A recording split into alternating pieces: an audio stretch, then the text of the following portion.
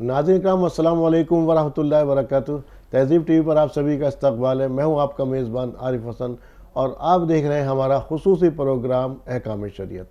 मेरी और आपकी रहनुमाई फरमाने के लिए स्टूडियो मौजूद हैं जनाब मजाजुल हक साहब, फाउंडर रूहानी मरकज़ सहारनपुर। आइए मिलकर अपने मौजूद मेहमान का इस्तकबाल करते हैं। मजाज साहब, आपके स्टूडियो में बहुत बहुत खैर मकदम। अस्सलाम वालेकुम। नाज़रीन, आज हम बात करेंगे तलाक़ के बारे में, और जो हस्बैंड वाइफ 10-10 साल से या 12-12 साल से, ये कई सालों से आपस में छोटी मोटी नकाचकी के बारे में जो हो जाती है और वो 10-10 साल एक दूसरे से जुदा रह जाते हैं, क्या उनके बीच तलाक़ वाक़ हो जाती? अक्सर व बेशतर हमारे नाज़रीन के सवाल आते हैं कि मेरे हस्बैंड जो है 10 साल से मुझसे दूर रह रहे हैं, 20 साल से दूर रह रहे हैं, क्या हमारे बीच तलाक़ वाक़ हुई, उसने दूसरी शादी कर दी? ये औरत ना तो आज़ाद है, न बंधी हुई है, न वो शौहर इसका ख्याल रख रहा है। एक तो इस पहलू पर भी हम गौर करेंगे। दूसरा कि बच्चे जो हैं उनका क्या होगा, उनके मुस्तकबिल का जो एक ज़िम्मेदारी मर्द को दी गई थी, उसके बारे में मजाज साहब से जानते हैं। जी मजाज साहब, और एक और इसके अंदर मसला आता है मेहर का। मेहर अक्सर व बेशतर मर्द को हालांकि फ़ौरन अदा कर देनी चाहिए, लेकिन कुछ टाइम के बाद भी होता है आदमी अदा कर देते हैं। और अक्सर व बेशतर जहालत इतनी है कि जब आदमी फौत हो जाता है तो उस वक्त कुछ औरतें उसे लेकर के आती हैं उसके जनाजे पर या मैयत पर ला कर कहती हैं कि इसकी मेहर माफ़ कर दो। तो ये 2-3 मसाइल है जिसके ऊपर सबसे पहले तो ये बताइए, जो लोग 10 साल से या 15 साल से अलग रह रहे हैं, निकाह में तो है, निकाह तो ख़त्म नहीं हुआ यकीनी तौर पर किसी सूरत से, तो उनके लिए क्या हुक्म है? अल्हम्दुलिल्लाहि रब्बिल आलमीन वस्सलातु वस्सलामु अला रसूलिल करीम व अला आलिहि व सहबिहि अजमईन, अम्मा बाद। फ़ौज़ु बिल्लाहि मिनश शैतानिर रजीम, बिस्मिल्लाहिर रहमानिर रहीम। रब्बि इश्रह ली सदरी वयस्सिर ली अमरी वाहलुल उक़दतम मिन लिसानी यफ़क़हू क़ौली। सुब्हान रब्बिका रब्बिल इज़्ज़ति अम्मा यसिफ़ून व सलामुन अलल मुरसलीन वल्हम्दुलिल्लाहि रब्बिल आलमीन। हाँ, ये बड़ा सेंसिटिव मौजू है जो आज आपने उठाया, और ये माशरे में बहुत ज़्यादा देखा जाता है कि अक्सर मर्द हज़रात जो हैं वो इस मामले में जुल्म करते हैं। हालांकि गलती औरतों की भी तरफ से भी होती है, लेकिन ज़्यादा गलती मर्दों की तरफ से होती है और उन्हें लटकाए रखते हैं। ये बात ठीक आपने कही कि 8-8, 10-10 साल हो जाते हैं, ना उन्हें बुलाते हैं ना उन्हें छोड़ते हैं, तलाक भी नहीं देते कि कहीं और वो निकाह कर लें और ख़ुद दूसरा निकाह कर लेते हैं। ये बहुत बड़ा जुल्म है हमारे माशरे में। इसमें मैं अपने मोहतरम जो उलमाए दीन हैं उनकी ध्यान दिलाना चाहूँगा, क्योंकि एक दारुल क़ज़ा एक इदारा होता है जी, वो काजी अगर चाहें तो उसका निकाह फिक्स करा सकते हैं सारे मामला सुनने के बाद, और औरत आज़ाद हो सकती है। लेकिन क्योंकि हमारे माशरे में जहालत बहुत है, लोगों को मालूमात ही नहीं है, ना कानून का ना दीन का कोई मालूमात नहीं है, तो इस वजह से औरतें बेचारी पूरी पूरी ज़िंदगी लटकी रहती हैं और बूढ़ी हो जाती है, लेकिन दूसरी शादी नहीं कर पाती। मर्द जबकि दूसरी शादी कर लेता है। जैसे हमारे माशरे का एक अलमिया एक और भी है, वो औरत अभी भी उसी से पहले शौहर से, ये ख़ास तौर से इस खित्ते का, उसी से उम्मीद लगाए बैठी आज आ जाएगा, आज से बैठी कल आ जाएगा। वो वहाँ तक, जहाँ तक आपने दारुल क़ज़ा की बात की, वो जाती ही नहीं है वहाँ तक। तो वो मर्द जो है जो उसे छोड़ करके गायब है, और वो उसके पास तो एक ऑप्शन है, चाहे 10 साल के बाद अगर जो उसने शादी की है वो उससे जुदा हो जाए या कोई ऐसी अनबन हो, इसके पास एक ऑप्शन वापस आ जाएगा। इसके पास तो कोई ऑप्शन ही नहीं बचा। नहीं, ये तो शुरू में ही तय कर लेना चाहिए औरतों को कि अगर ये इस काबिल नहीं है और वो लटकाए रख रहा है, इज़्ज़त नहीं दे रहा है, एहतराम नहीं कर रहा, उसकी पूरी ज़िंदगी पूरी लाइफ जो है उसका जो है उसने लटकाया हुआ है, तो फ़ौरन ऐसे जालिम को तो छोड़ देना चाहिए किसी भी तरीके से। बहुत सारे लोग जो पढ़े लिखे लोग होते हैं, मेरे अपने रिश्तेदारों में ऐसा हुआ है कि उन्होंने ज़बरदस्ती यहाँ तक के मतलब कुछ ले दे के भी निकाह ख़त्म कराया और उसके बाद फिर बच्चियों की शादी दूसरी जगह करा दी। तो इसलिए बच्चियों को लटकाने का कोई मतलब नहीं होना चाहिए, बल्कि उनकी शादी दूसरी जगह कर देनी चाहिए, वहाँ से तलाक दिलवा के। लेकिन क्योंकि हमारे यहाँ मालूमात ही नहीं है, इसलिए मैं अपनी तमाम उन बहनों को कहूँगा जो इस तरह से लटकी हुई हैं कि वो दारुल क़ज़ा का मामला पता करें, मदरसे से फतवा लेके। दारुल क़ज़ा में मुफ्ती साहब होते हैं जो काजी साहब भी कहलाते हैं, तो वो पूरा मामला सुनने के बाद निकाह को फिक्स करा देंगे। अल्लाह की तरफ से उन्हें एक छूट है जो खुला कहलाती है, खुला भी हो सकता है ये, और निकाह फिक्स भी करा सकता है काजी जुल्म की वजह से। और जो मर्द हजरात इस तरह के जुल्म कर रहे हैं वो ये समझ लें कि इसके बाद एक और अदालत आने वाली है जो करोड़ों अरबों खरबों साल की ज़िंदगी के लिए फ़ैसला करेगी, और वहाँ जालिमों का क्या हशर होने वाला है, कुरान अगर पढ़ें तर्जुमे से तब पता लगेगा कि उनका किस तरह से बयान किया गया है ऐसे लोगों को। नहीं, इसी के अंदर जैसे आपने, अब औरत क्या चाहती है कि उससे बच्चे ही पैदा हो गए उसके, अब वो बच्चों का फ्यूचर भी देखती है कि बच्चों का फ्यूचर जो है या मुस्तकबिल जो है बच्चों का वो बाप के साथ ही है, और वो इसी आस में बेचारी बैठी रहती कि अच्छा आज लौट का है, कल लौट का है, कल 10 साल, 1 साल हो गया, 2 साल हो गया, और तमाम वो मशक्क़तें मुसीबतें झेलते हुए अपने बच्चों को परवान चढ़ाती है उसमें। असल में ईमान की भी कमज़ोरी है। हमें बच्चों की तरबियत, बच्चों की पालना वो तो अल्लाह के हाथ है।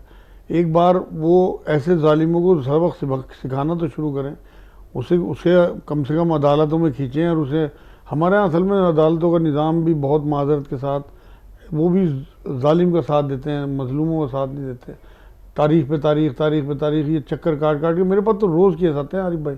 ऐसा नहीं है कि मैं ऐसे ही कह रहा, मैं फ़र्जी बात नहीं कर रहा, मैं सबूत के साथ, मेरे पास 50 केस हैं अभी भी, जो बच्चियाँ लटकी हुई हैं और बूढ़ी हो गई, उनके मियाँ उन्हें लेके नहीं जाते, उनके शौहर। अक्सर बेशतर औरत की तरफ से एक ज़्यादती भी तो होती है कि वो ये चाहती है कि ये अगर वो आज़ाद भी होना चाहता है तो उसे आज़ाद नहीं करना है, वो भी बहुत कम, ना के बराबर, ना के बाद आज़ाद करती है वो, तो फिर उसके बाद उसका एक दूसरा रूप सामने आ जाता है जहाँ शफ़क़त, मोहब्बत सब कुछ उसने उस पर निछावर कर दिया।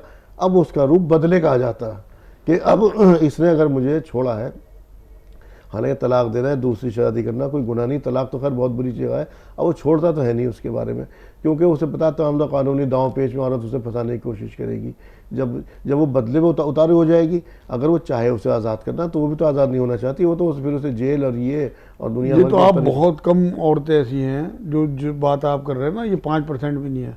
95% औरतें जो हैं वो जाना चाहती हैं अपने हस्बैंड के पास, मगर वो ले जाना नहीं चाहते और उन्हें आज़ाद नहीं करते। असल बात यह है कि अल्लाह ने जब आज़ाद पैदा किया है तो मर्द को कव्वाम कहा, ताकतवर भी है मर्द, कव्वाम भी है, हाकिम भी है।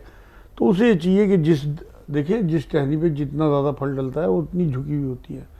तो मर्द को अल्लाह ने अगर कुछ जिम्मेदारियाँ दी हैं तो उसे उन जिम्मेदारियों को समझना चाहिए कि अल्लाह ने कुछ समझ के मुझे जिम्मेदारी दी, मैं इनका मिसयूज़ ना करूँ।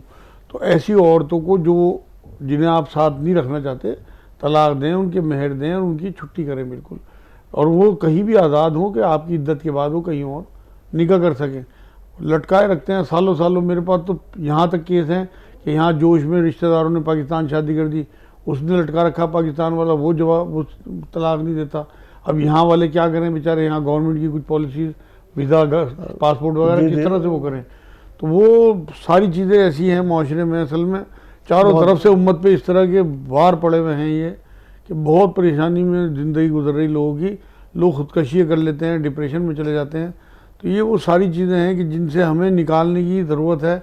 हमारे उलमाए दीन सर जोड़ के बैठें, कुछ पढ़े लिखे लोगों को भी साथ लगाएं, कुछ वकीलों को साथ लगाएं, और इस तरह का एक ग्रुप बने हर शहर में कि जो इस तरह की मजलूम औरतों को इनसे छुटकारा दे।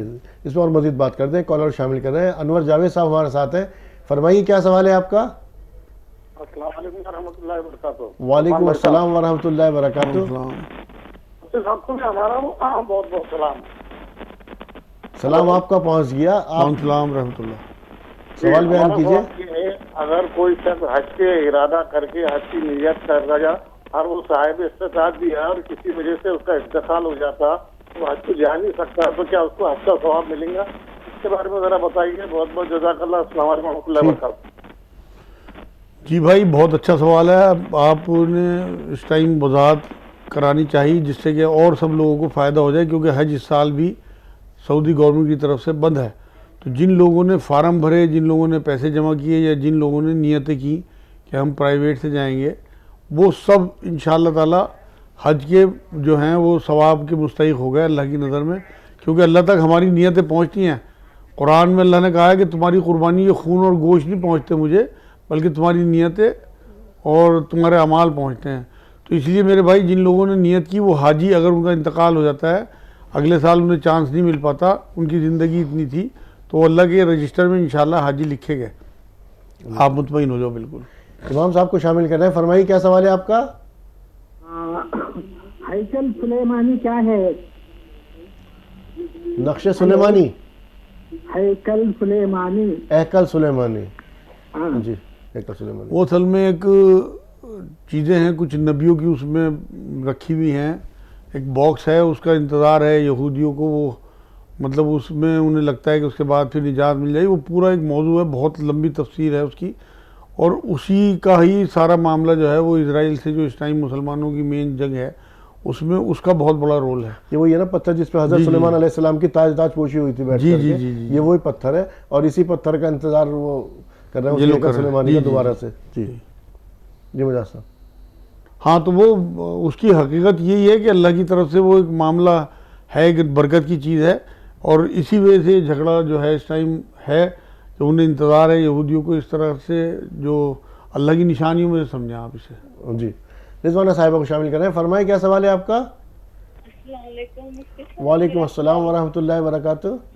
मेरा सवाल ये है कि जब हम सजदा शुरू करते हैं कुरान का, तो उसमें सुबहान रब्बी अला 3 दफा पढ़ते हैं। किसी ने बताया है कि ये पढ़ना है सजदा वाजही जिल्लज़ी खलक़हु व सब्बहु व शक्कहु व होलहु समाउ बिहुलिही व तबारकल्लाहु अहसनुल खालिकीन। कितनी बार पढ़ना है? 3 तो दफा सजदा सहू में कहाँ पढ़ते हैं ये? सजदा सहू में कुरान में सजदा नहीं आता, वहाँ पढ़ना अच्छा, है ये। आप जो है तिलावत सजदे की बात कर रही हैं? हाँ जी, कुरान में सजदा आता है ना जहाँ, जी वहाँ ये पढ़ना है। कितनी बार पढ़ना है?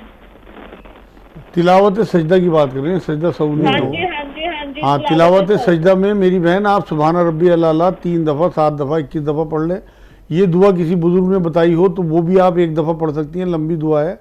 जितना भी आप सजदा करेंगी उतना ही अल्लाह के करीब होंगी, इसलिए जितना लंबा सजदा करेंगी, आपके पास टाइम ज़्यादा हो तो आप 3 बार भी पढ़ सकती हैं। कोई जो भी दुआएं हैं वहाँ दुआ भी कर सकती हैं अल्लाह से। वैसे सुबहान रब्बी अल्लाह हुज़ूर सल्लल्लाहु अलैहि वसल्लम ने तलकीन किया है, तो उसे आप 3 दफ़ा, 7 दफ़ा या 11 दफ़ा, 21 दफ़ा वो पढ़ेंगी, इंशाअल्लाह ताला उसकी बहुत बरकत है। एक और कॉलर शामिल कर रहे हैं। कौन साहब, कहाँ से बात कर रहे हैं, नाम बताइएगा। अगर शायद रब्ता उन्हें पता होगा। मुजाहिद साहब फिर उधर ही लौट रहे हैं, जैसे मैंने शुरू अभी बयान किया था कि वो मर्द हज़रात तो चले गए छोड़ करके। एक और इसका ख़राब पहलू एक और आता है इसका कि मेहर का मसला, कि मेहर जो है अक्सर व बेशतर जब शादी होती है, रिश्ता तय होता है, तो इस कदर मान दिए जाते हैं मेहर कि इतना भारी बोझ डाल दिया जाता, और पहले से ही मतलब अभी रिश्ता जुड़ा नहीं, अक्सर व बेशतर फिक्र ये हो जाती है कि रिश्ता टूट ना जाए, कि इसको मेहर के दबाव के बोझ के नीचे बांध दो, जो कि ये अलहदा ना कर सके। सही बात है, आपने सही तरफ ध्यान दिलाया। असल में बहुत सारे लोग तो ऐसे हैं कि जो ज़्यादा मेहर बंधवा देते हैं ताकि ये छोड़ ना पाए। दूसरे, उन्हें अल्लाह पे यकीन नहीं होता, बल्कि उन्हें पैसों पे और वसाइल पे यकीन है। दूसरे बहुत सारे ऐसे भी लोग हैं कि जो हैसियत से बहुत कम मेहर बंधवाते हैं। दोनों पहलू पे आप हाँ, दोनों पहलू हैं। मेहर के मामले में मैं आपको एक वाक़या सुनाता हूँ, तब इंशाअल्लाह वजाहत हो जाएगी। मेहर इंसान की हैसियत के हिसाब से बंधवाने चाहिए, हिसाब से। नबी अकरम सल्लल्लाहु अलैहि वसल्लम का जब हज़रत आयशा रज़ियल्लाहु ताला अन्हा से निकाह हुआ तो 2 साल के लगभग हो गए थे, तो हज़रत अबू बकर सिद्दीक़ रज़ियल्लाहु ताला अन्हु ने ये बात कही कि हुज़ूर अपनी ज़ौजा की रुखसती करा लें। तो हुज़ूर ने फरमाया कि मेरे पास अभी मेहर की रकम नहीं है। एक तो ये बात साबित करती है कि मेहर हाथ के हाथ है। ये हमारे यहाँ जो बाद में देने का रिवाज निकल गया है, ये बिल्कुल ठीक नहीं है। जो भी कुछ हो, जैसी भी हैसियत हो, हाथ के हाथ मेहर दें। हमारे यहाँ तो अगर कोई हाथ के हाथ मेहर दे भी देता है और खुदा न खास्ता अगर तलाक के लिए मामला खड़ा हो तो फिर अदालत में मेहर का मुतालबा करते हैं। ये भी है, ये भी तो ये और लड़की वालों की तरफ से ज्यादती होती है मर्द के ऊपर। दूसरे, जो आपने जिस तरफ ध्यान दिलाया कि मोटी मोटी रकम बंधवाते हैं, जो फिर देने के काबिल ही नहीं होता लड़का, और वो फिर एक बड़े गुनाह में मुब्तला होते हैं दोनों ही, क्योंकि इन्होंने रकम इतनी बड़ी बंधवाई, इनका जो तवक्कल था वो रकम पे था, ना कि अल्लाह पे। अल्लाह के ऊपर उसने इतनी बड़ी रकम बांध दी सिर्फ इस चाहत में कि मेरा निकाह हो जाए, जबकि हैसियत नहीं थी, अंदर देने की मन ही नहीं था। हुजूर ने फरमाया जो निकाह इस नियत से करे कि वो महर नहीं देगा, वो निकाह नहीं, जिनाकारी है, हरामकारी है। तो नियत पहले ही अगर किसी की होगी, यार बंधवा ले, चल छोड़, कौन देगा, तो वो गया, समझो वो हराम काम में मुलविस है। दूसरी बात यह है कि मेहर जो है वो औरत का हक़ है। औरत को हाथ लगाने से पहले मोहर देने चाहिए पहली रात में। ये हुजूर सल्लल्लाहु अलैहि वसल्लम की सुन्नत भी है और तलकीन भी है। हुजूर सल्लल्लाहु अलैहि वसल्लम हर निकाह में पहले मेहर दिए हैं। तो इसलिए जिन लोगों को मालूमात नहीं थी वो मेहर बंधवाएं जैसे उनकी हैसियत हो। अगर चलो जो मेहर फातमी मशहूर है हमारे माशरे में, वो 162.5 तोला चांदी, वो ही बंधवा लें चाहे, लेकिन दें हाथ के हाथ। अगर उतनी हैसियत नहीं है कम बंधवा लें, ज़्यादा हैसियत है ज़्यादा बंधवा लें, लेकिन वो दें, वो बंधवाएं जो वो उस रात में दे सकें, बच्ची का हक़ अदा कर सकें। वो उसका हक़ है, जो बच्ची आई आपको, सब कुछ छोड़ के आपके पास आ गई। तो इसलिए मेहर का जो मामला है वो बड़ा सेंसिटिव है। बहुत एहतियात करें, ये अल्लाह का हुक्म है, कुरान में अल्लाह ने मेहर देने का हुक्म दिया अच्छा, है। अगर कोई बड़ी रकम बन भी गई है, अब वो मर्द जो है उससे आज़ाद होना चाह रहा बीवी से, तो इस एवज में वो आज़ाद ही नहीं होता, हाँ तो बड़ी रकम आज़ादी नहीं करता बंधवाना ही गलत है ना। पहले मर्द से पूछा जाए कितनी हैसियत है, उसे बताया जाए बेटे हाथ के हाथ देना है आपने, जी। तो वो उसी अपनी हैसियत के हिसाब से फिर मेहर बंधवाएगा ना। अब ना तो इन्हें तो इसलिए कि बंधा रहेगा, तलाक नहीं देगा, उसने इसलिए कि मुझे देने ही नहीं है, देने नहीं है। अच्छा, आखिर में अगर शौहर ख़त्म हो जाता है पहले, तो एक रस्मन एक ये चीज़ रह गई कि लेकर के आए उसको बीवी को कि हाँ भाई इसकी मेहर माफ़ कर दे, तो किस तरह से मेहर माफ़ हो जाएंगे? जब हम सुन्नतों से दूर होंगे तो फिर बिदात शुरू हो जाती है जी। सुन्नतों के बदले में बिदत निकलती है अगर हम सुन्नतों पे अमल नहीं करते। नबी अकरम सल्लल्लाहु अलैहि वसल्लम की सुन्नत पे अगर हम मेहर अदा करेंगे तो इन चीज़ों की अपने आप ही वजूद ख़त्म हो जाएगा जिनका आप जिक्र कर रहे हैं। ये सिर्फ रस्मन चीज़ें माशरे में राइज की हुई हैं लोगों की, नबी अकरम सल्लल्लाहु अलैहि वसल्लम या उनके सहाबा रज़ियल्लाहु ताला अजमईन से कोई चीज़ साबित नहीं है इस तरह। नहीं, इस तरह से मेहर तो अदा नहीं होंगे ना। नहीं, इस तरह से कहाँ मेहर होते हैं, इस तरह से थोड़ी होते हैं। ये तो ये है कि अगर आदमी ख़त्म हो गया सबसे पहले उसकी मिरास जो, तो उसका हक है। नहीं, आप ये पूछ रहे कि बाद में अगर कोई लाएगा तो मेहर अदा हो जाएगी नहीं हो जाएंगे? जी। औरत को मरने के बाद बिल्कुल होंगे, क्योंकि औरत का कर्ज है ना ये तो मर्द के ऊपर। आप ये देखिए कि अगर मर्द मर जाता है तो उसकी जदाद में से, उसकी हैसियत में से सबसे पहले औरत का हक देना चाहिए।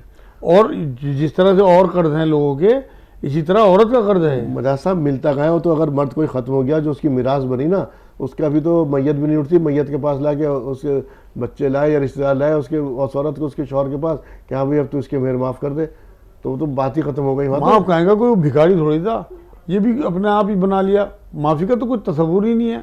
भाई आप जब निकाह कर रहे हैं, अगर आपकी इतनी हैसियत नहीं है तो आप रोज़े रखें, निकाह ना करें, ये तो हदीस से साबित है। इस पर और बात करते हैं, कॉलर शामिल करें। आतिफा साहिब हमारे साथ है, फरमाइए क्या सवाल है आपका?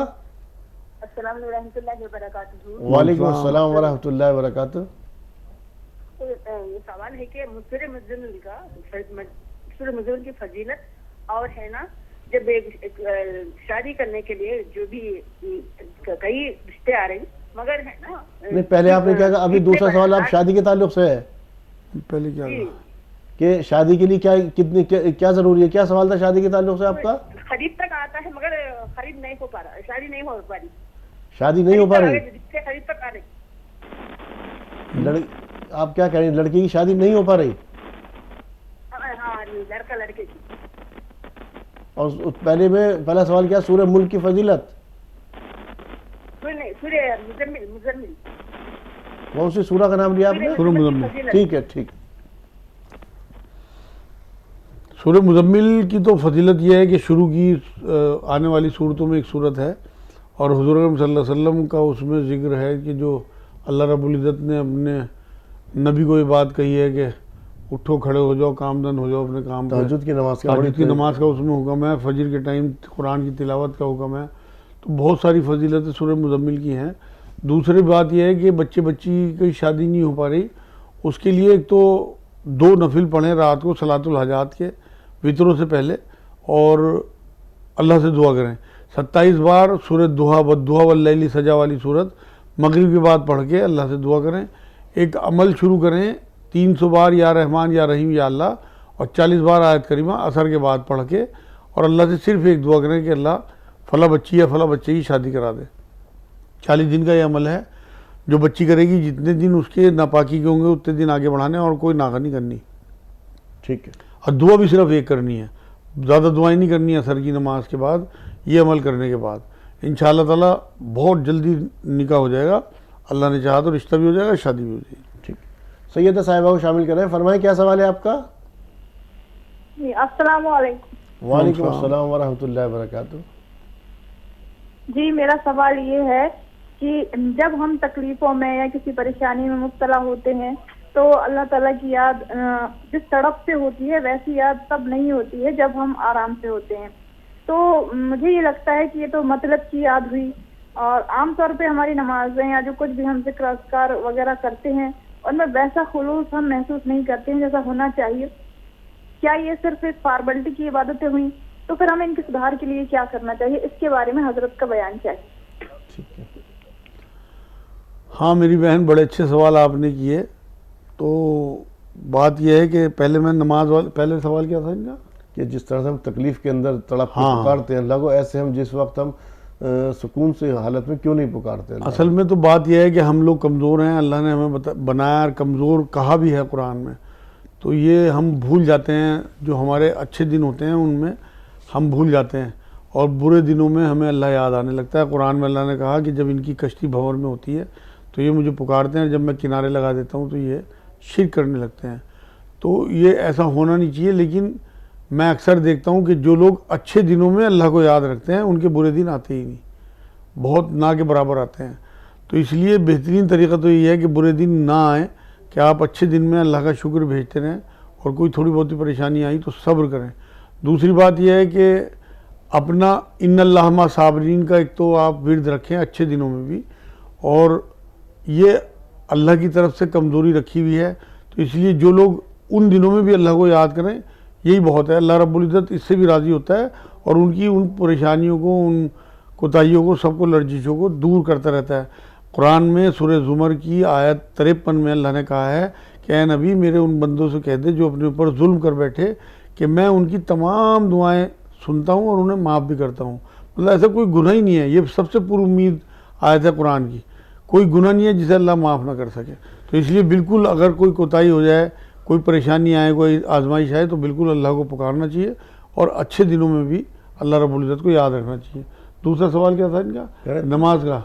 नहीं कह तो ये कह तो इस तरह से जो हमारी रोज़ा नमाज हुई तो ये तो इस तरह से होगा जैसे मतलब की होगी ना, कि जब मतलब पढ़ा अल्लाह को याद कर लिया उसी तरह से, तो ये कैसी बात है? नहीं, ये भी असल में कमज़ोरी की ही बात है और खुशू और खुजू के साथ नमाज़ पढ़नी चाहिए, लेकिन नमाज किसी भी कीमत पे छोड़नी नहीं चाहिए। मैं अक्सर लोगों से बात कहता हूँ कि अल्लाह ने हमारे ऊपर नमाज फ़र्ज़ की है, दिल लगना फ़र्ज़ नहीं किया। दिल लगने लगेगा अगर आप मुसलसल पढ़ते रहेंगे। बहुत सारे लोग ऐसे हैं जिन्होंने शुरुआत की और नमाज में दिल नहीं लगा, छोड़ दी, वो गुनाह कर रहे हैं, क्योंकि अल्लाह ने कुरान में सूरह निसा की आयत में बात कही है कि ऐ मोमिनो तुम्हारे ऊपर मुकर्ररा वक्तों पर नमाज फ़र्ज़ है। ये नहीं कहा दिल लगा के फ़र्ज़ है, आगे और आयतों में कहा है कि तुम्हें दिल लगा के तवज्जो से नमाज़ पढ़नी चाहिए, लेकिन वहाँ पे नमाज फ़र्ज़ करार दे दी गई। आप ये देखें कि कोई बच्चा अगर मान लो स्कूल जाता है, उसकी पढ़ाई स्कूल समझ में नहीं आती, लेकिन वो रोज़ जाता है, हाज़िरी रोज़ अपनी लगवाता है, अटेंडेंस उसकी पूरी है, तो हो सकता है टीचर और प्रिंसिपल खुश होकर उसे एग्ज़ाम में बिठा लें। लेकिन जो इस वजह हाज़िरी पूरी नहीं करेगा कि मेरा तो दिल ही नहीं लगता, पढ़ाई मेरी समझ में नहीं आती, वो तो इम्तिहान में ही नहीं बैठ पाएगा। हम यहाँ इम्तिहान में हैं मेरी बहन, इसलिए अपनी हाज़िरी पूरी रखना, अपनी 5 नमाज़ें वक्त पे पढ़ते रहना। ऐसा ना हो कि आपको इम्तिहान में बैठने ही ना दिया जाए। आप इंशाअल्लाह इम्तिहान में बैठेंगे तो वही टीचर जो या वही प्रिंसिपल जो आपकी कॉपी चेक करेंगे वो ये देखेंगे कि इसे समझ में नहीं आती थी पढ़ाई, फिर भी ये पंक्चुअल रहा, हो सकता है आपको प्रमोट भी कर दे, 33% मार्क्स दे दे और आप इंशाअल्लाह ताला अपने उसमें इम्तिहान में पास हो जाएं।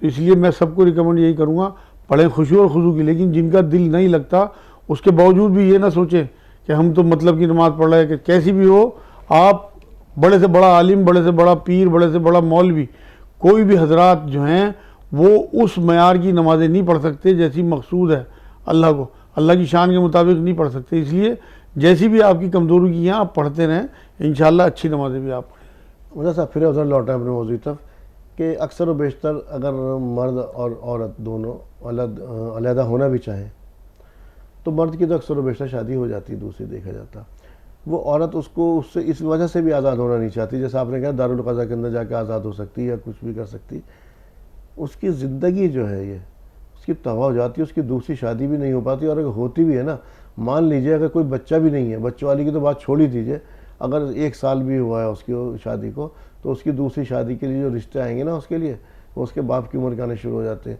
कोई उसे मालूम ही नहीं करता। कितने लोग ऐसे हैं, अगर हम यहाँ इस वक्त देखें अपने इर्द गिर्द कि जिन्होंने अपनी पहली शादी किसी बेवा से की है। असल में बात यह है, आप कर रहे हैं बात बर्रे सगीर की, यहाँ औरतों को वैल्यू कम दी गई है, इस्लाम ने औरतों को वैल्यू कम नहीं दी। आप अगर अरब में वैल्यू कम, हाँ मैं इसी इलाके की बात कर रहा हूँ, बर्रे सगीर की, हिंदुस्तान, पाकिस्तान, बांग्लादेश।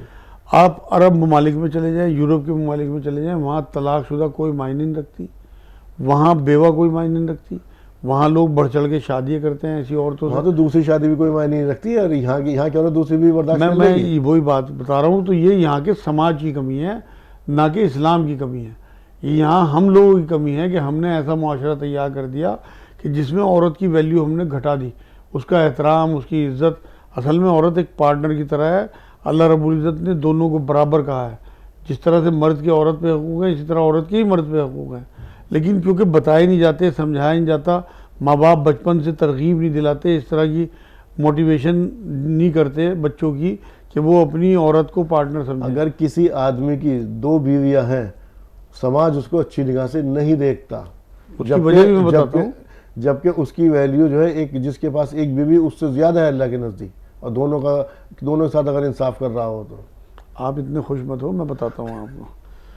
असल में जो कुरान ने इजाज़त दी है ना, वो मशरूत इजाज़त है जी, कि तुम अगर इंसाफ कर सको तो 1-1, 2-2, 3-3, 4-4 शादियाँ कर सकते हो।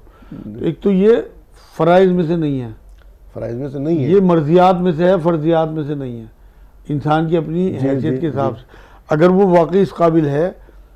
आगे ये भी कहा उसी आयत में, जो तुम नहीं कर सकते। अल्लाह को पता है कि हम नहीं कर सकते इंसाफ, और तुम नहीं कर सकते तो तुम्हारे लिए एक ही काफ़ी है। दूसरी बात, जिस खित्ते में हम रहते हैं, यहाँ असल में कुछ हमारे माहौल का ऐसा हिसाब बना, चाहे वो हिंदू या मुसलमान हो, इतने अबॉर्शन बच्चियों के हुए हैं पेट में, पता लगती कि इस टाइम बच्चियों की तादाद कम है, मर्दों की ज़्यादा है। अब मान लो अगर बराबर भी मान, ये जो आप कह रहे हैं इस बात से इत्तफाक नहीं मैं कर रहा हूँ। क्यों आज भी फिर मैं एक कॉलर शामिल करूँ, इस पर और बात करता हूँ आपसे। अहमद रज़ा साहब रामपुर से, फरमाएं क्या सवाल है आपका। अस्सलाम वालेकुम। वालेकुम अस्सलाम वरहमतुल्लाहि वबरकातुहू। हाँ हजरत, हमें थोड़ा सा 2 मिनट तक के मैं सवाल करूँगा। बिल्कुल बिल्कुल, आप सवाल फरमाइए, कहिए। हजरत, मैं रेलवे में सर्विस करता था जी। अब मैं रिटायर हो गया हूँ। मेरी शादी जो है बचपन में हुआ था, मेरे बड़े वालिद की लड़की के साथ। आपकी शादी बचपन में हो गई थी? बचपन में हो गई थी, जब मैं 5वीं क्लास में पढ़ता था जी। इसका वजह यह था कि मेरे बड़े वालिद की लड़की थी, और फिर जमीन के लालच में मेरी उम्र अनइवन था। लगभग 20 साल की उम्र थी तो मैं अब 10 साल, मगर वही जायदाद के लालच में मेरे बड़े वालिद ने और मेरे वालिद ने मिलकर साथ दिया। अब मैं सर्विस करके मैं गुजरात चला गया, तो काफी दिन तक वहाँ रहा। मैं आता था बीच में, और वो 30 बीघा जमीन जो था एकदम रोड पे ही था, मेन रोड पे ही घर हमारे। हाँ, एकदम रोड पे ही थी वो 30 बीघा जमीन जी। अब हमारे शुरू को पता नहीं क्या शैतानी सूझा कि वो इतने सज्जन भी थे, और लोगों ने पहला फुसला कि वो सब जमीन रोड के किनारे किनारे मुफ्त में ही, कोई 100 रुपये कोई 200 रुपये में सब अपने नाम से करवा लिया।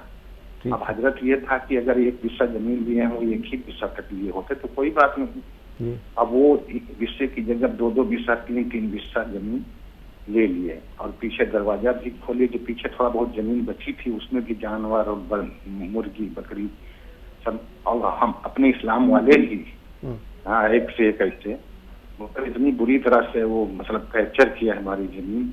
अब मैं रिटायर होकर जब से मैं आया हूँ, तब से मैं एकदम जैसे वो जमीन प्रॉपर्टी देख के जिससे मैं एकदम वो हो गया हूँ। जब से मैं घर से बाहर निकल ही नहीं पाता हूँ, एकदम घर में ही मैं छिपा बैठा रहता हूँ, इतनी शर्म मुझे महसूस होती। नहीं, मैं एक सवाल जाना चाह रहा हूँ। हमारी अहिया ने, हजरत हमारी अहिया ने रोकने की बहुत कोशिश किया कि अब्बा ये जमीन बड़ी कीमत की हो जाएगी, अपने भी बच्चे होंगे तो वो भी मतलब तड़पेंगे कि कोई कारोबार से या कोई रोजगार से लग जाए, समझे। अब वो हमें हजरत कोई ऐसा वजीफा बताते कि मेरा दिल लगे। गांव में मैं किसी से बोलना चालना एकदम मैं सुन मसन्न हो गया हूँ यहाँ पे। ठीक है, एकदम गौर से सुनिए। मजाज साहब बता रहे हैं, गौर से सुनिए। भाई वाकई आपको बड़ी तकलीफ़ है, और मुझे अंदाज़ा है कि आप इस तरह डिप्रेशन में चले गए। आपको डिप्रेस नहीं होना। असल में ये ज़िंदगी हमें 60-70 साल की इम्तिहान के लिए दी गई है। अल्लाह रब्बुल इज़्ज़त के हुक्म के बिना पत्ता भी नहीं गिरता है, कुरान में है। वो जो ज़मीन आपके हाथों से निकली है वो सब अल्लाह के हुक्म से निकली है। वो उनकी भी आजमाइश थी आपके बड़ों की कि उन्होंने जुल्म किया आपके साथ, वो अपना बदला वहाँ भुगतेंगे।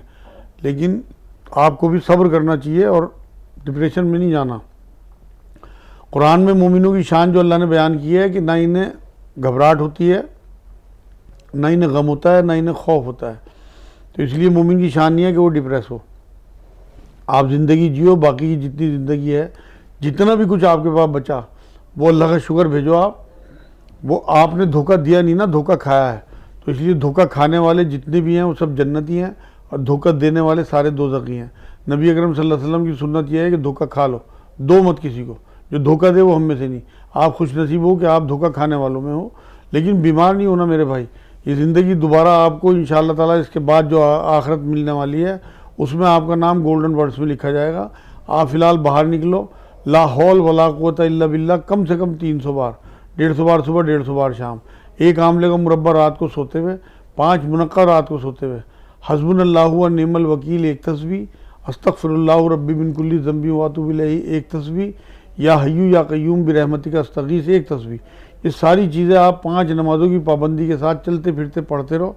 आप ये देखो पहले से ज़्यादा आप खुशखुर्रम निकलोगे इंशाअल्लाह, और पहले से ज़्यादा अल्लाह ने आपको माल, इज़्ज़त और सेहत देनी है। ये पक्की बात है। अगर आपने अल्लाह पे भरोसा और तवक्कल करके उस सारी चीज़ों को भुला दिया। जो नुकसान हो चुका उसकी तरफ नहीं, इस्लाम माजी में जीने को नहीं कहता, इस्लाम मुस्तकबिल की बात नहीं करता, इस्लाम हाल में जीने के लिए कहता है।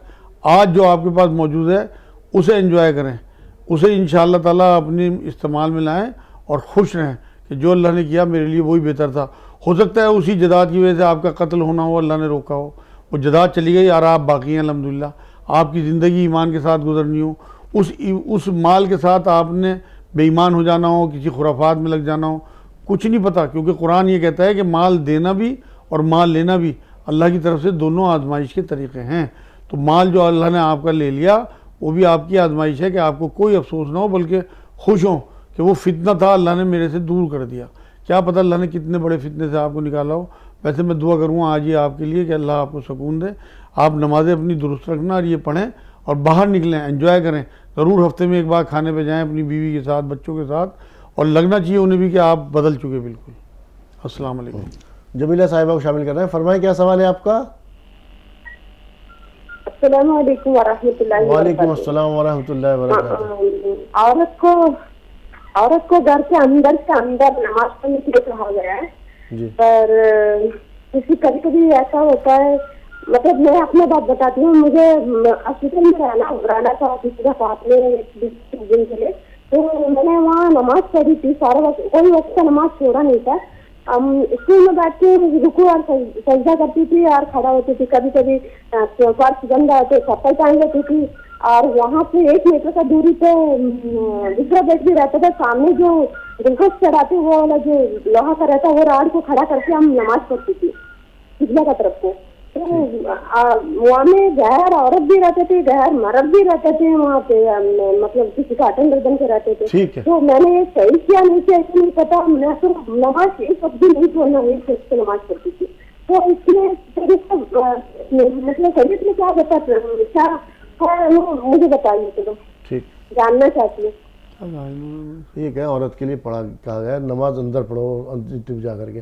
किसी जगह पढ़ी थी जहाँ मर्द औरत भी थे, अब वहाँ पर इनको मजबूरी था जो भी था, तो वहाँ पे ये सामने कोई चीज़ खड़ा करके नमाज पढ़ लिया करती थी। उसके लिए क्या हुक्म है? मेरी बहन, आपके इख्तियार के हिसाब से आपके ऊपर हुक्म है। इस्लाम जो है वो आपके हालात के हिसाब से लचक लेता रहता है और मोड़ लेता रहता है। पानी की तरह, जिस तरह पानी रास्ता बनाता है, जैसे जैसे मोड़ आते रहते हैं उस तरह से पानी मुड़ता रहता है। इस्लाम भी यही आपको तरगीब दिलाता है। आपने नमाज के वक्त पे नमाज पढ़ी, जिस जगह आप मौजूद हैं, तो वहाँ अगर मजबूरी आपकी थी और आपको कोई ऐसा इलाका नहीं मिल रहा था कि आप तन्हाई में अंदर जाके नमाज़ पढ़ सकें, तो इंशाअल्लाह अल्लाह आपकी नमाज़ें कबूल करेगा। जैसे आप हज के दिनों में या उम्रे के दिनों में सऊदीया जाते हो, वहाँ आप कमरे से काफ़ी दूर होते हो, तो तमाम मर्द औरत गैर मर्द सबके साथ आप नमाज़ें पढ़ते हो और लोग आपको पढ़ते हुए देखते भी हैं। तो वहाँ वो हुक्म लागू नहीं होगा कि आपको तन्हाई में नमाज़ पढ़नी है। लेकिन अपने घर में जहाँ आपका सहन हो, सहन के अंदर कमरा, कमरे के अंदर कोठा, तो वहाँ आप कोशिश करें कि कोठे में नमाज़ पढ़ें, लोग आपको नमाज़ पढ़ते हुए ना देखें। लेकिन जहाँ आप बाज़ार में हैं, कहीं आप स्टेशन पे हैं, कहीं आप सफ़र में हैं, या आप सऊदीया गए हुए हैं या दूसरे शहर में हैं जहाँ आपको दूसरी जगह मैसर नहीं होगी जो तन्हाई की जगह है, तो वहाँ आपके ऊपर ये कानून लागू नहीं होगा। तो इसलिए कानून की भी शक्लें बदलती रहती हैं हालात के हिसाब से। तो जैसे हालात वैसी शक्ल, आपकी तो नियत पहुँचेगी। आपने नमाज़ पढ़नी थी, अल्लाह का फ़र्ज़ आपने अदा किया, इंशाअल्लाह आपका फ़र्ज़ भी अदा हो गया, अल्लाह भी आपसे अल्लाह ताला तो नियतों को देखता है। एक और कॉलर शामिल कर रहे हैं, असद साहब है हमारे साथ, फरमाइए क्या सवाल है आपका। हाँ, अस्सलाम वालेकुम। वालेकुम सलाम।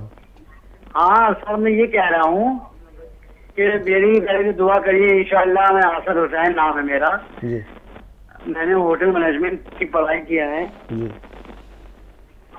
तो मैं ये कहना चाह रहा हूँ, टीवी बंद कीजिए और अपनी बात मुकम्मल कीजिए एक साथ। पहले आप दुआ करिए इंशाअल्लाह हज़रत कि मेरी शादी जो है अच्छे घर में हो जाए। ठीक है, मैं ज़रूर दुआ करूँगा। और आपने जो कोर्स किया है उसी में कोशिश करें और अपना काम करने की कोशिश करें, क्योंकि अपने बिजनेस में बहुत अल्लाह ने बरकत रखी है। 99 दरवाजे जो हैं वो अल्लाह ने तिजारत में खोले हैं रिज़्क़ के। तो ये आप अपना कोई चाहे आप छोटी सी दाल की दुकान ही शुरू कर दें, दाल बेचना शुरू करें, वही आपका 5 स्टार होटल बन जाएगा इंशाअल्लाह। इस्तकामत के साथ अगर आप लगे रहे तो जो मैनेजमेंट आपने किया है अपनी पढ़ाई का, ख़ुद अपने लिए फ़ायदा उठाएं। दूसरी बात यह है कि आप दुआ तो हम आपकी शादी करी देंगे, लेकिन हुज़ूर सल्लल्लाहु अलैहि वसल्लम की जो तालीमात हैं उनके हिसाब से आप बच्ची ढूंढें अपने लिए, कोई दीनदार बच्ची जो नेक हो और घर का आपके ख्याल रख सके। तो इंशाअल्लाह ताला आप भी सुखी रहेंगे और आखिरत भी आपकी बन जाएगी। मैं वैसे आज दुआ करूँगा आपके लिए इंशाअल्लाह। फरजाना साहिबा लुधियाना से हमारे साथ, फरमाएं क्या सवाल है आपका। अस्सलाम वालेकुम। वालेकुम अस्सलाम वरहमतुल्लाहि वबरकातुहू। जी मेरा 2 सवाल है। जी मुफ्ती साहब से कहिए, हम पढ़े हैं 17वां पारा में, तो अल्लाह इलाहा इल्ला अंत सुब्हानका इन्नी कुन्तु मिनज़ ज़ालिमीन, ठीक है, तो हम क्या पढ़े। ऐसे मुफ्ती साहब बताते हैं कि ला इलाहा इल्ला अंत सुब्हानका इन्नी कुन्तु मिनज़ ज़ालिमीन या हय्यु या कय्यूम बिरहमतिका अस्तगीस। तो ये दोनों में से हम कौन सा वजीफा पढ़े। ठीक। और दूसरा सवाल ये है कि बच्चे ना ही कुरान का तिलावत करते हैं, ना कोई नमाज पढ़ने के लिए तैयार होते हैं जी। और कुछ दिनों से इन्होंने भी जुमा का भी नमाज छोड़ दिए, इसलिए हम इधर ज्यादा परेशान रहते हैं। मुफ्ती साहब को कहिए कोई अच्छा ऐसा सूरा बताए या वो वजीफा, इनसे ये सारे अपनी नमाज पढ़ने लगे, अल्लाह का हिदायत हो ये सारे को। ठीक है, जो आपने आयत पढ़ी है सूरह अंबिया की, वो आयत करीमा कहलाती है। अगर आप जू की तू पढ़ेंगी तो वो एक बहुत अजीम तरीन दुआ है, जो एक नबी की दुआ है। उन्होंने मांगी तो अल्लाह ने मछली के पेट से उन्हें बाहर कर दिया। मैं तो उसे परेशानियों से निकालने की क्रेन बोलता हूँ अल्लाह की। तो इसलिए ला इलाहा इल्ला अंता सुब्हानका इन्नी कुन्तु मिनज़ ज़ालिमीन आप पढ़ेंगी तो वो ज़्यादा बरकत वाली चीज़ है बनिस्बत किसी और चीज़ को उसमें किसी बुज़ुर्ग के बताए हुए तरीके से जोड़ें। तो अल्लाह रब्बुल इज़्ज़त ने जितनी चीज़ उतारी उतनी पढ़ेंगी तो ज़्यादा बरकत है। ये भी या हय्यु या कय्यूम बिरहमतिका अस्तगीस आप अलग से पढ़ दें, वो अलग तस्बीह बना लें और इसका अलग मामूल बना लें।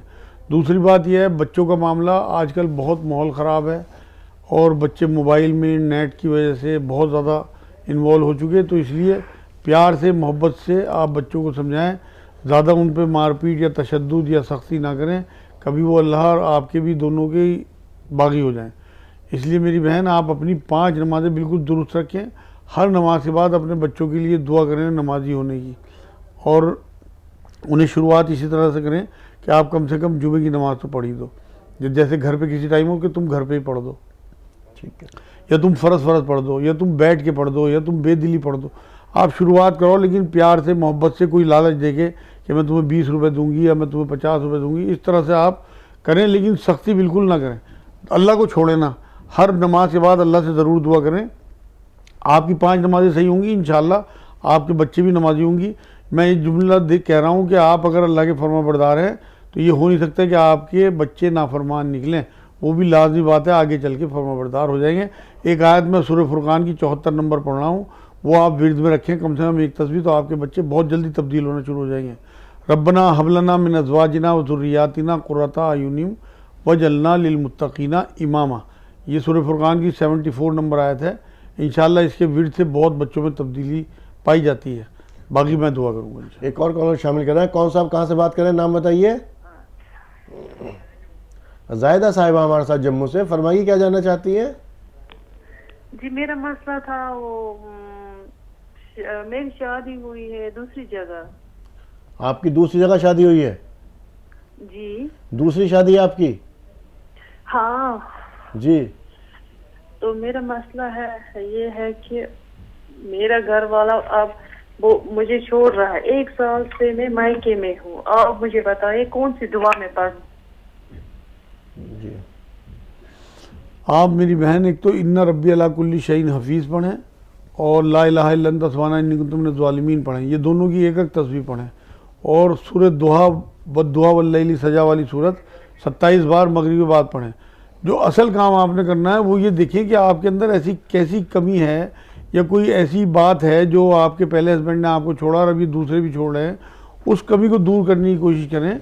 और अपने हस्बैंड में आपकी कोई कमी हो तो उसे इग्नोर करने की कोशिश करें और अपना घर बसाने की कोशिश करें। इस तरह घर टूटने से अल्लाह नाराज़ होता है और बार बार आपका घर टूटेगा तो आपका भी दिल टूट जाएगा और आप डिप्रेस होंगी। इसलिए मेरी बहन उन कमियों को दूर करने की कोशिश करें।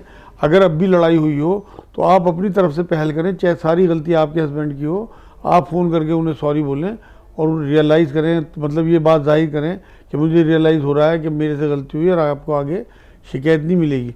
उनकी मदर के साथ, उनकी बहनों के साथ आपका कोई रवैया सख्त हो या उनका आपके साथ सख्त हो तो उन्हें भी निभाने की कोशिश करें। आप अपना घर बसाएं, आगे बढ़ें। इंशाअल्लाह अल्लाह राज़ी होता है ऐसे लोगों से जो लोगों की गलती होने के बाद भी उन्हें माफ़ करते हैं और अपनी गलती ना होने के बावजूद भी लोगों से माफ़ी मांग लेते हैं। इंशाअल्लाह ताला मैं दुआ करूँगा आपका घर बच जाए। ये आप दुआएँ पढ़ें और नमाज़ें अपनी 5 सही रखें। हर नमाज के बाद अल्लाह से ये बात कहें कि अल्लाह पाक मेरा घर जमा रहने दे, टूटे ना। और वो जो आयत मैंने अभी इससे पहले वाले उसमें बताई थी वो आयत आप भी पढ़ें, रब्बना हब लना मिन अज़वाजिना व ज़ुर्रिय्यातिना क़ुर्रता अयुनिन वजअलना लिलमुत्तक़ीना इमामा। ये सूरह फुरक़ान की 74 नंबर आयत है। एक और कॉल शामिल कर रहे हैं, शाहिदा साहिब हमारे साथ है। फरमाइए क्या सवाल है आपका? हेलो, अस्सलाम वालेकुम। वालेकुम अस्सलाम व रहमतुल्लाहि व बरकातहू। हजरत को भी सलाम अलैकुम। वालेकुम रहमतुल्लाह। जी हजरत से 2 सवाल थे। बेटा है मेरा, मोहसिन नाम है उनका। हजरत उनको ये है परेशानी, ये है अभी कोविड के चक्कर में सारा काम दाम खत्म हो गया, उसका रिश्ता हुआ पड़ा हुआ है, अब दुकान भी बंद हो गई अभी हाल फिलहाल में। तो अब इसकी शादी हो रही है बकरीद के बाद। अब ये डिप्रेशन में आ गया, कौन सा काम करे, क्या करे। अब इसके सिर में भी दर्द रहने लग गया। अब आप मुझे ये बताएं तो शादी करनी चाहिए नहीं करनी चाहिए? बहुत परेशान हूँ मैं उसकी तरफ से बहुत ज़्यादा, और वो काम करे तो उसके लिए दुआ करिएगा खास आप। क्या करें, ये बहुत ज़्यादा परेशान हूँ। ठीक है, बिल्कुल आप परेशान ना हो।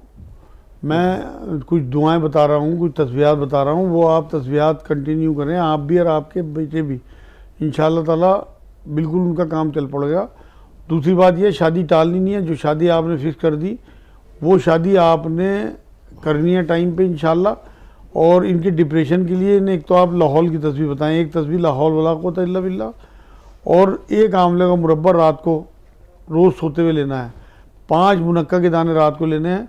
कद्दू का रोगन आता है बाज़ार से, देसी दवाई वालों के यहाँ मिल जाएगा, उसकी मालिश इनके सर की करें और इन्हें पूरी तसल्ली दें। अब ये फेल नहीं होंगे इंशाअल्लाह ताला। कोविड की वजह से पूरी दुनिया में इस टाइम अफरा तफरी मची हुई है, तो ये कोई अलग से नहीं है कि इनके लिए कुछ ना होता। इंशाअल्लाह ताला अल्लाह रब्बुल इज़्ज़त जो काम ख़त्म करने वाले हैं वही बरकत देने वाले भी हैं। जो बच्ची दूसरी आएगी उसकी भी किस्मत साथ आएगी। हुज़ूर सल्लल्लाहु अलैहि वसल्लम के पास जब बेरोज़गार लोग पहुँचते थे तो हुज़ूर उन्हें शादी की तलकीन किया करते थे और वो शादी के बाद कामयाब भी हो जाया करते थे। तो आप बिल्कुल दिल छोटा ना करें। मैं आपका भाई हूँ, जो मैं कह रहा हूँ वो करती चली जाएँ। इंशाअल्लाह ताला आपका बच्चा बिल्कुल नॉर्मल हो जाएगा। उन्हें कहें जो भी वो काम शुरू करें अपनी हैसियत के हिसाब से, किसी भी किस्म का कोई ब्याज पे लोन वगैरह बिल्कुल ना लें। सादा उधार किसी से ले सकते हैं, वो ले लें, कोई हर्ज नहीं है। लेकिन टाइम पे शादी करें, हल्की फुल्की शादी करें सुन्नत तरीके से, ज़्यादा खर्चे वर्चे ना करें और अपना बिजनेस सेट करने की कोशिश करें। बहुत जल्दी, बहुत प्यारा बेटा है आपका, इंशाअल्लाह बहुत जल्दी नॉर्मल हो जाएगा। मैं वाकई दुआ करूँगा आज। और दूसरे कारोबार के लिए आप 300 बार या ज़ुल जलाल वल इकराम, 300 बार या वली या वाली या नसीर, 40 बार ला इलाहा इल्ला अंता सुब्हानका इन्नी कुन्तु मिनज़ ज़ालिमीन, 5 नमाज़ों की पाबंदी के साथ आप भी और आपका बेटा भी पढ़ के देख लें। इंशाअल्लाह ताला 4 महीने 10 दिन के अंदर अंदर अल्लाह ने चाहा पहले से अच्छा काम हो जाएगा। अब्दुल समी साहब हमारे साथ, फरमाए क्या सवाल है आपका? अस्सलाम वालेकुम। वालेकुम अस्सलाम व रहमतुल्लाहि व बरकातहू। जी मेरे 2 सवाल हैं कि जी। एक तो मेरी तबीयत खराब रहती है जी, पेट मेरा सही नहीं रहता, पेट खराब रहता है मेरा। ठीक है, पेची साहब कई साल हो गए, 20-25 साल हो गए। ऐसी दवाई भी खाती रहती हूँ, हकीम जी सलमान की इनकी भी दवाई खा रही हूँ, ठीक है। मगर फिर भी हो ही जाता है। और मेरी बेटी है, उसे पैरालाइज हो गया था, तो उसका बेटा, छोटे छोटे बच्चे हैं, उसको भी दिमाग में ना नस फट गई थी। अब उसकी अजीब सी तबीयत रहती है, बेचैनी सी रहती है, कहीं कुछ रहती है, कहीं दौरा पड़ता है, कहीं कुछ होता है। उसमें बहुत परेशान है। उसकी भी दवाई तो खाती रहती है बराबर, लगातार 3-4 साल हो गए ऐसे, मगर फिर भी बस ऐसे ही होता रहता है। उसके लिए दुआ करिए, हमारे लिए भी दुआ करिए जरा। ठीक जी ज़रूर, इंशाल्लाह आपके लिए भी दुआ करेंगे और उनके लिए भी दुआ करेंगे। उन्हें आप फ़िलहाल ये शुरू कर दें जिन्हें पैरालिसिस हुआ है कि सूरह यासीन की शुरू की 9 आयतें, यासीन से लेके ला युबसिरून तक 9 आयतें हैं, वो 41 बार पढ़नी है। 11-11 बार दुरूद शरीफ पढ़ना है और 41 बार ये आयतें पढ़ के पानी पे दम करके उसे 40 दिन तक पानी पिला दें और 5 पत्ती ज़ाफ़रान की उसे देती रहें मुस्तकिल। इंशाअल्लाह ताला आप देखें कि उसके हाथ पैरों में हरकत शुरू हो जाएगी इंशाअल्लाह। और या रहमान या रहीम या अल्लाह 300 बार और ला इलाहा इल्ला अंता सुब्हानका इन्नी कुन्तु मिनज़ ज़ालिमीन आप भी पढ़ें और वो भी पढ़ें 5 नमाज़ों की पाबंदी के साथ। गुलनाज साहिब हमारे साथ है, फरमाइए क्या सवाल है आपका। गुलनाज, आपको हमारी आवाज़ मिल रही है? शायद राब्ता मुनक़ता हो गया। खालिद साहब को शामिल कर रहे हैं, तेलंगाना से हमारे साथ है, फरमाइए क्या सवाल है आपका। अस्सलाम वालेकुम आरिफ भाई, आप अच्छा दिख रहे हैं आरिफ भाई। आप हमारे घर में बहुत तुम्हारा हमेशा देखते रहते, हम आप लोगों का इंतजार करते रहते हमेशा, और हमारे घर वाले भी ऐसे कहा हम लोग बारह बहुत बहुत चाहते हैं आपको। और दूसरी बहुत शुक्रिया आपकी मोहब्बतों का, बहुत बहुत शुक्रिया। हमेशा देखते रहते, हम आप लोगों का इंतजार करते रहते हमेशा, और हमारे घर वाले खालिद साहब टीवी की आवाज़ बंद कर दीजिए प्लीज़। बहुत चाहते हैं आपको। और दूसरी सुवम करने, देखो सुवम करने के बारे में जरा बताओ, बोल के बोलो साहब। नहीं, आपकी टीवी की आवाज़ आ रही है इसलिए आपके सवाल सही नहीं पहुंच पाया। सुवम करने के बारे में जरा बोलो, बोल के बोलो साहब। सुबून करना ये क्या चीज़ है? खालिद साहब टीवी की आवाज़ बंद कीजिए पहले।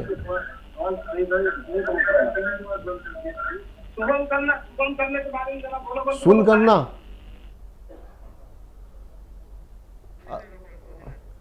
आपने टीवी खोल रखा था इसलिए आपके सवाल सही से हम तक पहुंच ही नहीं पाया। मैं जहाँ तक समझा हूँ मेरे ख्याल शगुन को ये कह रहे हैं, शायद मेरे ख्याल से शगुन लेना अच्छा शगुन लेना जायज़ है, हुज़ूर सल्लल्लाहु अलैहि वसल्लम की सुन्नत है, और बुरे शगुन लेना गुनाह है। एक और कॉलर कश्मीर से हमारे साथ है, फरमाइए क्या सवाल है आपका। जम्मू से हमारे साथ है, जम्मू कश्मीर से, फरमाइए। जी जी जी, दुआ बोलिए। दुआ कौन सी दुआ? जो अभी आपने बताई ना, वो याद ही नहीं रही। अच्छा, वो ये वही जिनके हस्बैंड का। जी, रब्बना हबलना मिन अज़वाजिना व ज़ुर्रिय्यातिना क़ुर्रता अयुन वजअलना लिलमुत्तक़ीना इमामा, ये सूरह फुरक़ान की 74 नंबर आयत है। दूसरा काम आप ये करें कि 21 बार वो 1000 बार या वली पढ़ के उनके लिए दुआ करें कि अल्लाह उनका दिल बदल दे मेरे लिए। 1000 बार या वली जुमेरात की रात को, इंशाअल्लाह ताला आपको बहुत फ़र्क महसूस होगा। 3-4 दिन में हो सकता है उन्हीं का फ़ोन आ जाए आपके पास। अस्मा साहब हमारे साथ, फरमाइए क्या सवाल है आपका। जलाली टाइम रात में और दिन में कब तक रहता है? सवाल को दोहराइए। जलाली टाइम रात में और दिन में कब तक रहता है? ये जवाल के टाइम करें, जलाली टाइम। जवाल का टाइम रात में किस वक्त होता है, दिन में किस वक्त होता है? रात में तो कोई नहीं होता, दिन में होता है 12 बजे करीब, 12 और आजकल तो 12-10। और वो भी रोजाना तब्दील होता रहता। हाँ, बदलता रहता है ना मौसम, वो सूरज के हिसाब से होता है जी, सूरज की चाल के हिसाब से जवाल का टाइम। जो ये बहुत सारे लोगों में गलत फहमी है कि जवाल का वक्त जो है रात में भी होता है, रात में कोई जवाल का वक्त नहीं होता। और ये कोई जलाली वक्त नहीं होता, सिर्फ इसमें सजदा करने को हुज़ूर सल्लल्लाहु अलैहि वसल्लम ने मना फरमाया, एक सुबह का टाइम और एक शाम को असर के बाद का टाइम। तो इस वजह से, क्योंकि उस टाइम सूरज छुपता है और इस टाइम सूरज निकलता है, अपने उरूज पे होता है, तो लोग जवाल में तो पीक पर होता है, जवाल में, हाँ जवाल में पीक पे जब होता है, उस वजह से नहीं, एक तो जब सूरज निकल रहा है और एक सूरज जब डूब रहा है, वो और दोनों का टाइम जो है उस टाइम सजदा करने से मना फरमाया, क्योंकि पिछली कौमें जो हैं सूरज की परस्तिश किया करती है। जवाल के टाइम भी तो मना है सजदा करना, जब जवाल का जी वो टाइम है जी, जवाल पीक पे होता है। हाँ, 12 पीक पे होता है ना, तो उस टाइम मना फरमाया। हाँ, तो बहुत सारे लोगों में गलत फहमी है, रात के वक्त कोई जवाल का टाइम नहीं होता, दिन के अंदर जवाल का टाइम होता। एक और कॉलर हमारे साथ, फरमाइए क्या सवाल है आपका। हेलो, अस्सलाम वालेकुम। वालेकुम अस्सलाम व रहमतुल्लाहि व बरकातुहू। जी, 2 सवाल है। ये रिश्ता नहीं जम रहा, बहुत परेशान है और बोलते सो, और एक बहन के बाल बहुत जा रहे, बाल मजबूत होने के लिए क्या करना? ठीक है, अच्छे रिश्ते के लिए तो बेटा मैंने जो अभी बताया था ना, असर के बाद एक अमल शुरू कर दें आप 40 दिन का, 300 बार या रहमान या रहीम या अल्लाह, 40 बार ला इलाहा इल्ला अंता सुब्हानका इन्नी कुन्तु मिनज़ ज़ालिमीन। ये 2 चीज़ें पढ़ के सिर्फ एक दुआ करनी है कि अल्लाह अपनी पसंद का रिश्ता करा दीजिए। असर के बाद जितने दिन नापाकी हुए उतने दिन आगे बढ़ाने और कोई नागा नहीं करनी।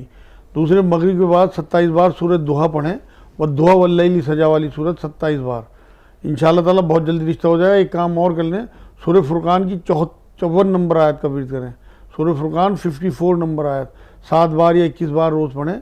और इन्ना रब्बी अला कुल्ली शैइन कदीर एक तस्बीह पढ़ें कि अल्लाह आपको कुदरत हासिल है, अपनी पसंद का रिश्ता करा दीजिए, इंशाअल्लाह ताला बिल्कुल ठीक हो जाएगा सारा कुछ। परवीन साहिबा हमारे साथ है, फरमाएं क्या सवाल है आपका? अस्सलाम वालेकुम। वालेकुम अस्सलाम व रहमतुल्लाहि व बरकातुहू। जी, मेरा सवाल है क्या, मेरे छोटे भाई ना, उन्होंने तो शिया मजहब है ना, उसने शादी कर ली है, वो है तो अच्छी तरह से चल रही, फिर भी हमें उनके साथ किस तरह से सलूक करना है? वो उसकी शिरक नहीं है ना, उन्होंने कैसा उनके साथ अच्छा बर्ताव करना है, उनको देने में लेने में अपनेपन करना है या नहीं, मुझे वो जानना है। मेरी बहन शिया भी हमारे भाई हैं, सिर्फ इल्मी इख्तलाफात हैं, इसलिए अगर उन्होंने शिया में शादी कर ली बिल्कुल जायज़ शादी है। आप तमाम चीज़ें उसी तरह से रखें, अपनी मोहब्बतें उसी तरह बढ़ाएं, उसी तरह तोहफ़ों का लेन देन रखें, किसी भी किस्म का कोई तफरीक ना करें, किसी भी किस्म का कोई तासुब ना करें। इसलिए आपके लिए ज़रूरी है कि उसी तरह से जिस तरह आप पहले थी उसी तरह आप रहें उन लोगों के साथ, इंशाअल्लाह ताला उसी तरह से वो भी आपके साथ फिर बर्ताव करेंगे। शमीम हमारे साथ मुंबई से, फरमाएं क्या सवाल है आपका? शायद राब्ता मुनक़ता होगा। एक और कॉलर शामिल कर रहे हैं, कौन सा और कहाँ से बात कर रहे हैं, नाम बताइए। अगर आपको हमारी आवाज़ मिल रही तो अपना नाम बताइए और सवाल बयान कीजिए। हेलो, मैं करीमुन्निसा बोल हैदराबाद से। जी फरमाइए। नहीं, अब एक भाई फोन करे थे ना, तीसरा कलमे की फजीलत क्या है पूछ रहे उन्होंने। ठीक है। और उसके अलावा अब एक भाई बात करे थे, आप नहीं समझे। और मेरी बच्ची की तबीयत बहुत खराब है, तो जरा डिप्रेशन चल रही है, उन्होंने पेट में माहवारी भी सही नहीं है उनकी, क्या दुआ पढ़ना पूछ रहे हो। ठीक है, तीसरे कलमे की फजीलत और बच्चे की। तीसरे कलमे की बड़ी फजीलतों में ये बात है कि उसमें आप अल्लाह रब्बुल इज़्ज़त की तौहीद, सारा तवक्कल अल्लाह पे, बहुत ज़्यादा चीज़ें उसमें आप जब तर्जुमा पढ़ेंगी तब आपको अंदाज़ा होगा, बड़ी फजीलत वाली चीज़ है तमाम कलमे। तीसरे कलमे की बहुत बड़ी फजीलत यह है कि अल्लाह रब्बुल इज़्ज़त के रसूल सल्लल्लाहु अलैहि वसल्लम ने सलातुल तस्बीह जो बताई है उसमें तीसरा कलमा 300 बार पढ़ने की तलकीन फरमाई है, तो एक नमाज में उसको जोड़ दिया गया, ये एक बहुत बड़ी बात है। दूसरी बात यह है, आपकी बच्ची को पीरियड नहीं आते, उसके लिए आप चुटकी भर कलौंजी पिसी हुई दिन में कम से कम 3 बार उसे दें। और इन्ना रब्बी अला कुल्ली शैइन कदीर एक तस्बीह पढ़ें, और चलते फिरते या हय्यू या क़य्यूम या हय्यू या क़य्यूम, और एक तस्बीह हस्बुनल्लाहु व निअमल वकील की पढ़ें, इंशाअल्लाह ताला बिल्कुल पीरियड ठीक हो जाएंगे। रात में सोते हुए भी 1 चम्मच शहद और 1 चम्मच सौंफ दूध से ले लिया करें। जैसा वक्त मज़ीद इजाज़त नहीं दे रहा, टॉपिक भी थोड़ा सा अधूरा रह गया, तो क्योंकि ये जो एक से ज़्यादा शादी के ऊपर फिर किस दिन ज़रूर आपसे बात करेंगे ज़रूर इंशाअल्लाह। और आप स्टूडियो आए, मेरी और तमाम नाज़रीन की रहनुमाई फरमाने के लिए आपका बहुत बहुत शुक्रिया। जज़ाकल्लाह खैर। तो नाज़रीन, अहकाम शरीयत में आज इतना ही। इसी के साथ अपने मेज़बान को दीजिए इजाज़त। आप देखते रहिए तहज़ीब टीवी। अस्सलामु अलैकुम व रहमतुल्लाहि व बरकातुहू।